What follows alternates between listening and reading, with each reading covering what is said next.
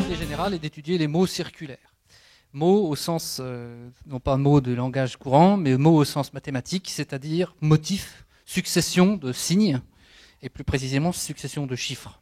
Et pour expliquer le concept, on peut commencer par s'amuser à faire une division entre deux entiers. Par exemple, 167 par 37. Vous savez faire cette division grâce aux techniques que vous avez apprises il y a bien longtemps, vous n'avez peut-être pas encore complètement oublié. Et si je fais la division de 167 par 37, je commence par faire une division euclidienne. Donc je compte combien de fois je peux mettre 37 dans 167. La réponse est 4 fois et il restera 19. Donc une fois que j'ai fait cette division euclidienne, je peux dire qu'au quotient, on a un 4 et qu'au reste, il y a 19, selon les modalités que vous connaissez bien. Ensuite, la division n'est pas finie. Si je veux l'expression décimale de 167 divisé par 37, je vais faire ce que vous savez faire. J'ajoute un 0 et je mets une virgule. Et je recommence avec le nouveau nombre obtenu, ce qui me sert de nouveau dividende, 190, que je divise à nouveau par 37 en faisant une division euclidienne. Et cette fois, 190 divisé par 37 a pour quotient 5 et pour reste 5 aussi. Donc le quotient va me donner le premier chiffre après la virgule, 4,5, et le reste va servir, disons, de germe pour un nouveau quotient, pour un nouveau dividende. Et on va recommencer, donc 5, j'ajoute un 0, et je divise cette fois 50 par 37. Donc la division euclidienne de 50 par 37 a pour quotient 1 et pour reste 13. Donc c'est pas difficile, je continue de la même façon. 13, même chose, 130, j'ajoute un 0. Je fais la division euclidienne, le quotient c'est 3 et le reste 19. Et cette fois, comme je viens de tomber sur la valeur 19, il apparaît que j'entre dans une boucle. Parce que 19, je l'ai déjà vu, c'était déjà mon premier reste. C'était ce qui est maintenant 190. Donc quand je continue la division euclidienne, je répète à l'infini les mêmes étapes. 19, je vais ajouter un 0, ça va faire 5 comme quotient, 5 comme reste, et ainsi de suite. Donc, je vais rajouter, à mesure que je continue la division euclidienne, à nouveau ces trois chiffres, 5, 1, 3, dans le développement décimal du quotient qui m'intéresse, et ça ne va jamais s'arrêter. Plus généralement, ce que j'ai traité là sur un exemple vaudrait en fait pour n'importe quelle paire de nombres. Si vous prenez deux entiers, U et V, et que vous divisez U par V, pour obtenir l'expression décimale de U divisé par V, ou du quotient U par V, eh bien vous obtiendrez toujours une expression sous la forme A, P, P, P, etc. Où A, c'est ce qu'on appelle la partie apériodique, et P, la partie périodique. La partie apériodique, c'est ce qui se passe au début, tant qu'on a des nouveaux chiffres à abaisser au dividende. Et puis la partie périodique, elle apparaît quand on n'a plus de nouveaux chiffres à abaisser au dividende, qu'on abaisse toujours 0, et qu'au bout d'un moment, on finit par tomber sur un reste qu'on a déjà vu, et donc où on entre dans cette boucle dont on ne sort plus, et qui produit cette partie périodique. Donc, ce théorème-là, j'en ai fait d'une certaine façon la démonstration par un exemple en divisant les deux nombres que j'ai choisis tout à l'heure. Quelques autres exemples. Si vous divisez 7 par 3, vous savez que l'écriture décimale, ça va être 2,3333333. Une machine à calculer ou un simple calcul mental vous le dira. La partie apériodique, ce sera le 2 initial. Et la partie périodique, ce sera 3, le 3 qui se répète à l'infini. Autre exemple voisin, 700 divisé par 3. C'est la même chose que 7 divisé par 3 mais multiplié par 100, c'est-à-dire qu'on décale la virgule de 2 crans vers la droite. Et donc pour obtenir 233,3333333, et la partie apériodique et la partie périodique sont les mêmes que pour 7 tiers, 2 et 3. La virgule ne va pas beaucoup, la place de la virgule ne va pas beaucoup nous intéresser. On fera un petit peu comme si elle n'était pas là, et tout ce qu'on dira sera à une puissance de 10 près. Ce ne sera pas l'essentiel du propos. Autre exemple, 73 divisé par 300, ça fait 0,2433333. Donc là, cette fois, on aura une partie apériodique à deux chiffres, ce sera 24, et une partie périodique toujours à un chiffre, qui sera toujours 3. Autre exemple célèbre, 22/7, qui est une fameuse approximation de pi qu'on doit à Archimède, enfin une bande supérieure à la valeur possible de pi qui est donnée par Archimède, 3,142,857, 1,42857, etc. Cette fois, on a une partie apériodique assez courte, c'est juste 3, et on a une partie périodique, en revanche, qui a cette fois 6 chiffres, 1,42857, 1,42857, qui se répètent à l'infini. Un dernier exemple, histoire de vraiment englober toutes les fractions et pas seulement les fractions qui vont à l'infini. Si je considère une fraction décimale comme 11/20, c'est 0,55. D'habitude, on écrit 0,55 et on n'écrit rien après. Ici, on se forcera à écrire 55, 0,00000 et on décrétera que la partie périodique, c'est 0, répété à l'infini. Même si on ne l'écrit pas en pratique, c'est plus utile de voir les choses comme ça ici. Sinon, on serait obligé de faire des cas particuliers pour les fractions dont le dénominateur est une puissance de 10. On se simplifie en une fraction dont le dénominateur est une puissance de 10. Donc, la réciproque est vraie. Si vous prenez un nombre, cette fois décimal, au lieu de partir d'une fraction et de chercher son développement décimal, vous prenez un développement décimal qui est périodique à partir d'un certain rang, c'est-à-dire qui commence par n'importe quoi, une partie apériodique, et puis ensuite un motif qui se répète à l'infini, une partie périodique. Eh bien, une écriture comme celle-là correspond elle aussi, correspond toujours à une fraction. C'est toujours le résultat de la division d'un entier par un autre. C'est l'expression d'un nombre qu'on appelle rationnel. La réciproque est intéressante à voir. On peut la démontrer de deux façons un peu distinctes, qui sont toutes les deux intéressantes. La première façon, c'est de faire la somme d'une suite géométrique. Je vais le faire sur un exemple, là aussi, comme tout à l'heure, cette démonstration-là, elle marche très bien sur un exemple, et si on essaye de la faire en toute généralité, on est obligé d'introduire des lettres, et c'est un petit peu inutilement compliqué, alors qu'on comprend très bien ce qui se passe. Sur un exemple, par exemple, 12,84222222. Donc, voilà une expression ultimement périodique, comme on dit, ou périodique à partir d'un certain rang. Comment est-ce que je peux montrer que c'est un rationnel? Comment est-ce que je peux trouver U et V, deux entiers U et V, tels que U divisé par V soit égal à cette valeur-là? Eh bien, on sépare le nombre en deux morceaux, le morceau apériodique, 12,84, et le morceau périodique, qui est 0,00222222. Le morceau initial, le morceau apériodique, c'est un décimal. Et vous savez qu'un décimal, eh bien, c'est une fraction, enfin, tout décimal peut s'écrire comme une fraction dont le dénominateur est une puissance de 10. Ce sera 1284 divisé par 100. Donc ça ne pose pas de problème. Et l'autre morceau, eh bien, par définition, 0,00222222, c'est 2 millièmes, plus 2 dix millièmes, plus 200 millièmes, plus 2 millionièmes, et ainsi de suite, à l'infini. D'accord avec ça? Donc c'est plutôt ce morceau-là qui pose un peu problème. Qu'est-ce qu'on va en faire? On a une expression infinie. Comment la traiter?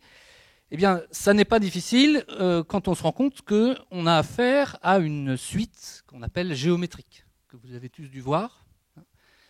En l'occurrence, c'est la suite géométrique.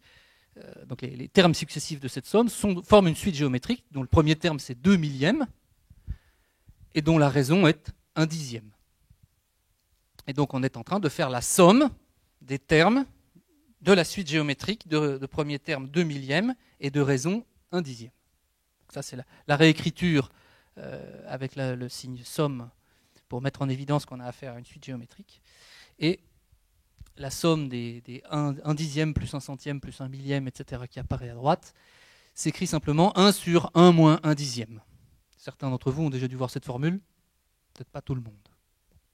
On va passer là-dessus. C'est pas très difficile. L'essentiel est d'accepter que, eh bien, quand on a une somme infinie de termes comme ça, la somme est effectivement un nombre rationnel. C'est une fraction. C'est 2 millièmes fois 1 sur 1 moins 1 dixième. Peu importe la façon dont on l'obtient, c'est une formule qui est connue depuis déjà plusieurs siècles. Et une fois qu'on arrive à une formule comme celle-là, à une expression comme celle-là, donc on a 1284 sur 100 plus 2 millièmes fois 1 sur 1 moins 1 dixième. Si ça vous amuse, vous pouvez le simplifier pour obtenir effectivement U divisé par V. Mais ce n'est même pas tellement ce qui nous intéresse ici. On n'a même pas à le faire, parce qu'une fois qu'on est arrivé là, on est content. On sait que c'est une fraction. On a une somme de fractions, on a une division de fractions. On sait qu'une expression comme celle-là, on peut la simplifier et obtenir une fraction écrite sous forme standard. Donc là, on tient le moyen, un nombre dont le développement décimal est ultimement périodique étant donné, on tient le moyen de lui faire correspondre la fraction à laquelle il est égal. Cet exemple-là ne traite pas tout à fait tout, et on pourrait dire, mais qu'est-ce qui se passe si je veux développer quelque chose comme, enfin, si je considère un nombre comme 64,27272727, qu'est-ce qui se passe? C'est pas beaucoup plus compliqué. On va aussi séparer la partie apériodique et la partie périodique. Et une fois qu'on l'a séparé, eh bien le 64 ne va pas poser problème. Cette fois, c'est le 0,272727 et qu'on pourra écrire 27 centièmes plus 27 dix millièmes plus 27 millionièmes, etc. C'est-à-dire que les dénominateurs ne progressent pas vont pas de facteur 10 en facteur 10, mais vont de facteur 100 en facteur 100. Donc on a à nouveau affaire à une suite géométrique. Cette fois, le premier terme, c'est 27 centièmes. Et la raison, au lieu d'être 1 dixième, c'est 1 centième. Essentiellement, la formule qui permet de calculer cette somme infinie est exactement la même. Et elle débouche sur une variante du calcul que j'ai fait pour le nombre précédent. Et c'est pas difficile de se persuader que cette technique-là fonctionnerait dans n'importe quel cas. Et qu'on obtient comme ça, pour n'importe quelle expression ultimement périodique, une fraction. Ça, c'est la première façon de voir. Elle est tout à fait opératoire. Il y a une deuxième façon qui est intéressante aussi et qui présente l'avantage de mettre bien en évidence d'emblée un nombre qui joue un rôle assez crucial dans toutes ces questions, c'est le nombre 99999. L'entier, donc ici ce sera 99 999, mais ça pourrait être 9 999 999 ou autre. Les nombres dont l'écriture décimale n'a que, enfin les nombres entiers dont l'écriture décimale n'a que des 9. Ces nombres-là jouent un rôle particulier dans ces questions. Donc, quelle est cette autre démonstration, cette autre façon de montrer qu'un nombre dont l'écriture décimale est ultimement périodique et correspond forcément à une fraction? Eh bien, d'abord, pour le montrer, on comprend bien que la partie apériodique au début d'un nombre n'a pas d'importance. D'accord ? On sait que c'est un décimal, donc on peut l'écrire sous la forme d'une fraction dont le dénominateur est une puissance de 10. Et donc, cette fraction-là, elle s'ajoutera à une autre expression. Bon, il suffit de montrer que l'autre expression en question est elle aussi une fraction, parce que la somme de deux fractions, c'est une fraction. Donc, le fait qu'il y ait une partie périodique au début n'est pas important. On peut aussi supposer, et c'est ce qui est fait ici, que la partie périodique commence juste après la virgule. Ça non plus, ça ne mange pas de pain. Il suffit éventuellement de multiplier par 10 ou de multiplier par 100, ce qui ne change pas le caractère du nombre. Si c'est une fraction, quand vous la multipliez par 10, ça reste une fraction. Ou quand vous la divisez par 10, ça reste une fraction. Donc finalement, tout ce qu'on a à montrer, c'est que ces nombres-là correspondent effectivement à des fractions. Maintenant, on va noter, L, la longueur de P. C'est-à-dire le nombre de chiffres qu'il y a dans la période. Par exemple, pour 22 septièmes, la période c'était 1, 4, 2, 8, 5, 7. 1, 4, 2, 8, 5, 7, 6 chiffres. On aurait L égale 6. La longueur, c'est la taille du mot, si vous voulez dire, la taille du motif.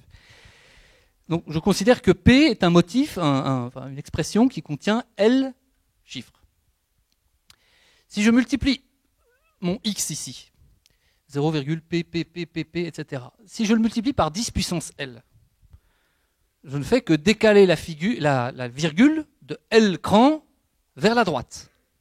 C'est-à-dire, comme P est précisément L chiffres, que je vais avoir exactement sorti le premier P de la partie décimale, que je vais sortir et qu'elle devient la partie entière, et j'obtiens un nombre qui s'écrirait P, P, etc. Que je peux réécrire P plus 0,P, et ainsi de suite. Et ce dernier nombre, 0,P, n'est autre que X lui-même. J'ai donc démontré que mon nombre X satisfait une équation algébrique élémentaire. 10 puissance L fois X est égal à P plus X. Je rassemble les X, je factorise, je divise et j'obtiens que X s'écrit sous la forme P divisé par 10 puissance L moins 1. P, c'est le nombre correspondant à la partie périodique. 10 puissance L moins 1, c'est un nombre entier lui aussi. J'ai bien une fraction. C'est P divisé par 10 puissance L moins 1. Et vous voyez que 10 puissance L moins 1, c'est bien 9, 9, 9, 9, 9, 9, 9, avec un nombre de 9 égal à L. Une conséquence de ça, c'est que si vous prenez un entier, n'importe quel entier, vous pouvez toujours trouver un nombre de 9 qui vous produit un multiple de n. Il ne faut pas que le n soit pair, il ne faut pas qu'il soit multiple de 5. Je vous laisse réfléchir à la raison profonde de ça. C'est que, quel que soit n, vous pourrez trouver à mettre suffisamment de 9 pour que ce soit exactement divisible par n. Par exemple, pour n égale 7, en mettant 6 9, vous aurez 999 999 est divisible par 7. C'est pas, ce corollaire-là montre que tout ce qu'on a fait avant, qui est effectivement assez simple, assez intuitif, débouche sur un résultat un peu inattendu. Si on n'imagine pas trop, je sais pas, que 29 par exemple, on pourrait chercher à mettre des 99999 qui seraient multiples de 29. Combien il faut en mettre? On peut poser la question. Combien il faut de 9 pour être sûr de tomber sur un multiple de 29? C'est une question intéressante. Combien on peut en mettre? Ça, c'est facile. Quel est le nombre minimal qu'on peut mettre? Ça, par contre, c'est une question très difficile à traiter en toute généralité. Mais donc là, ici, corollaire un peu inattendu, un peu surprenant, qui illustre l'importance de ces nombres-là, de la forme 10 puissance L moins 1 pour ces questions. Alors, démonstration. Comment démontre-t-on ce théorème? On considère l'inverse de l'entier n qu'on s'est donné, qui va s'écrire sous la forme 0,pppppp. Il faudra le vérifier, qu'il n'y a pas de partie apériodique et qu'on peut bien supposer que la partie périodique commence tout de suite après la virgule, mais on est dans ce cas-là et ce n'est pas très difficile à vérifier. Et bien, avec la deuxième démonstration que j'ai donnée tout à l'heure, j'obtiens que pour la valeur L, qui est la taille de P, 1 sur N, c'est P divisé par 10 puissance L moins 1. C'est exactement l'expression que j'ai obtenue dans la deuxième démonstration précédente. Et donc, on réécrit, et on obtient que N fois P, c'est égal à 10 puissance L moins 1, qui est bien 9999999, donc que 999999 est bien un multiple de N. Rien de très difficile dans ce corollaire, mais un résultat qu'on n'aurait pas forcément imaginé. Alors un cas particulier célèbre de tout ça, que vous avez peut-être déjà rencontré, c'est le cas de 0,999999. Vous connaissez celui-là? Si j'applique ce qui précède, à cet exemple-là, de x égale 0,99999, la deuxième démonstration, si je fais 10 fois x, j'ai 9,99999, et donc c'est-à-dire 9 plus 0,99999, c'est-à-dire encore 9 plus x. Et j'ai donc que 10x est égal à 9 plus x, donc que x c'est 9 sur 10 moins 1, c'est-à-dire 1. Et donc, j'ai démontré que 0,9999999 à l'infini est égal à 1. Ce qui est un gros problème quand on le découvre pour la première fois, parce que on a envie de dire non. On est habitué, quand on apprend à manier les écritures décimales, on est habitué à dire, eh bien, quand j'ai deux nombres qui s'écrivent de façon différente, quand j'ai deux expressions numériques différentes, elles correspondent à deux nombres différents. Et on est même tenté de dire 0,99999 est strictement plus petit que 1.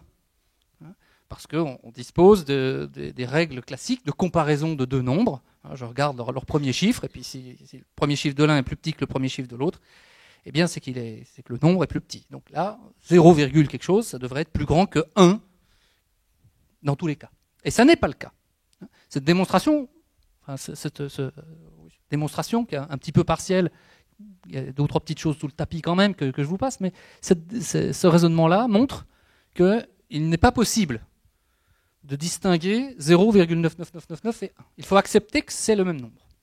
Et on a une illustration simplement du fait que, eh bien, là, quand on écrit un nombre avec son expression décimale, avec ses décimales si vous voulez, on n'a pas le nombre lui-même, on en a une représentation. Et une représentation, ça n'est jamais, enfin, c'est rarement parfait. Ça peut avoir des limites, ça peut avoir des défauts. Et là, on touche à un défaut, alors défaut entre guillemets, une particularité de la représentation décimale. C'est que dans la représentation décimale, il y a des nombres qui peuvent s'écrire de deux façons différentes. 1 peut s'écrire de deux façons différentes. Donc ça n'est pas un défaut des mathématiques, ce n'est pas une erreur de l'algèbre là et du raisonnement que j'ai tenu, c'est une caractéristique de notre façon d'écrire les nombres. Ce cas-là est le plus célèbre, mais plus généralement, on sait que tous les nombres décimaux sont dans ce cas-là, et que ce sont les seuls qui sont dans ce cas-là. C'est-à-dire que les nombres en général n'ont qu'un seul, enfin, ne peuvent être écrits qu'une seule façon. Le nombre pi, par exemple, on ne l'écrit qu'une seule façon en décimale, mais tous les nombres qui sont décimaux, c'est-à-dire qui s'écrivent avec un nombre fini de chiffres après la virgule, encore autrement dit qui sont des résultats de la division d'un entier par une puissance de 10, eh bien, ont exactement deux écritures. Une écriture finie, celle qu'on utilise en général, et l'autre écriture qui en est dérivée, où on retire 1 au dernier chiffre et où on ajoute des 999 à droite, un peu comme on fait ici. On enlève le 1 avant la virgule, on enlève 1 avant la virgule et on ajoute des 999 après. Donc, une synthèse de tout ce qui précède. On a établi qu'il y a une correspondance, malgré les défauts donc, sur lesquels je ne vais pas m'étendre. Hein, on y reviendra tout à l'heure, mais sous une autre forme. Malgré les défauts, entre guillemets, ou les caractéristiques un peu bizarres des représentations de certains nombres, on a établi qu'il y a une correspondance entre les nombres rationnels, c'est-à-dire les fractions, et les nombres dont l'écriture décimale est périodique à partir d'un certain rang. On peut voir ça comme un succès de la représentation décimale, qui n'a absolument pas été faite pour ça. Les premières écritures décimales, c'était pour des besoins comptables, des besoins calculatoires, en astronomie par exemple, ou pour des questions géométriques, de l'arpentage, etc. Pas du tout pour permettre de rendre compte de façon aussi claire de propriétés mathématiques des nombres. Ce que cette synthèse nous dit, c'est, eh bien, avec l'écriture décimale des nombres, je peux déterminer une caractéristique vraiment très mathématique, le fait d'être rationnel ou pas, c'est-à-dire d'être une fraction ou pas.